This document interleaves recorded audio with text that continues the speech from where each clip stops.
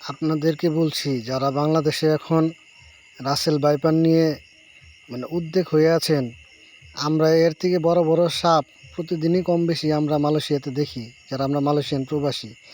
দেখেন কত বড় একটা অজগর সাপ, জঙ্গলে পাম বাগানের পাশেই এখানে বাচ্চা ডিম দিয়ে রেখেছে।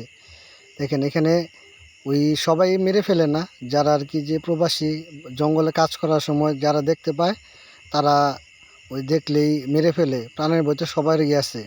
তো এখানে একটা বড় অজগর সাপ দেখে রেস্কিউ টিমকে জানায়।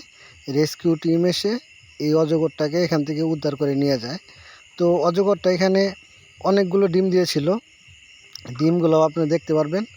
আর দেখেন তারা কিভাবে এটাকে রেস্কিউ করে নিয়ে যায়, তাদের সাহস আছে। আর মালয়েশিয়াতে অনেক সাপ আছে, আপনারা এই সব প্রজাতির। এখানে কিং কোবরাটা একটু বেশি, আর আমাদের যেটাকে যে গোখরা সাপ বলি সেটাও এখানে আছে। কিন্তু এখানকার সাপগুলো অত উত্তেজিত না, তাদের ওই ওষুধ দিয়ে এগুলাকে সবসময় ধরেন দমায় রাখে। যে স্প্রেগুলো করা হয় পাম বাগানে, ওই স্প্রের প্রভাবে এগুলো অনেক দমে থাকে, অত উত্তেজিত সাপ না এগুলো। এই যে দেখেন ডিমগুলো, কতগুলো ডিম দিয়েছে এখানে।